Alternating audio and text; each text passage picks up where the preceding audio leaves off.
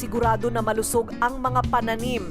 Gumagamit ang mga magsasaka ng natural na pestisidyo at fungicide sa mga tanim na prutas at gulay. Organic pesticide product na nanggagaling sa natural na source. Na siyang nagbibigay ng proteksyon laban sa mga peste. Ito ang pumapatay, lumalaban sa mga pathogens ng tanim. Pinakikinabangan na ito ngayon ng maraming magsasaka sa buong bansa. Mas masarap yung prutas o banana na applied with organic pesticides. Safe rin sa sa gumagamit kasi siya natural.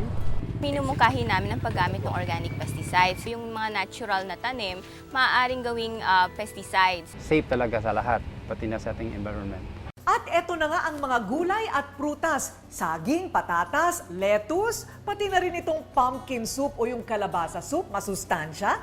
Masarap, hindi lang masarap, ligtas pa. Masarap at ligtas dahil mula ito sa pagpapalusog ng tinatawag na organic pesticide na siyang nagpapanatili ng sustansya ng gulay man o prutas at wala pa itong mga toxins na maaaring pumasok sa katawan.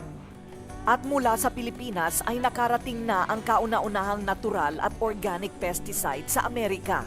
It has been backed up with formal researches from different reputable institutions in the Philippines.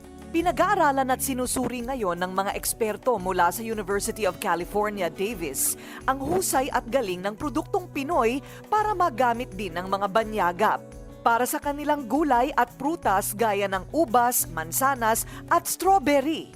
Biro ninyo't ang natural na produktong imbensyon ng Pinoy. Tayo pa ang nagtuturo ngayon sa Amerika. It's really Filipino effort sa paggawa ng isang world-class na produkto. Malaki ang chance natin to really compete with developed countries, no? Iminumungkahi ng Republic Act 10068 o ang Organic Agricultural Act of 2010 ang proseso at paggamit ng organic at natural na pestisidyo para sa pagtatanim ng mga gulay at prutas. Upang mula taniman hanggang sa mesa, natural, sariwa at masustansyang pagkain ang ating ligtas na makakain. Natural!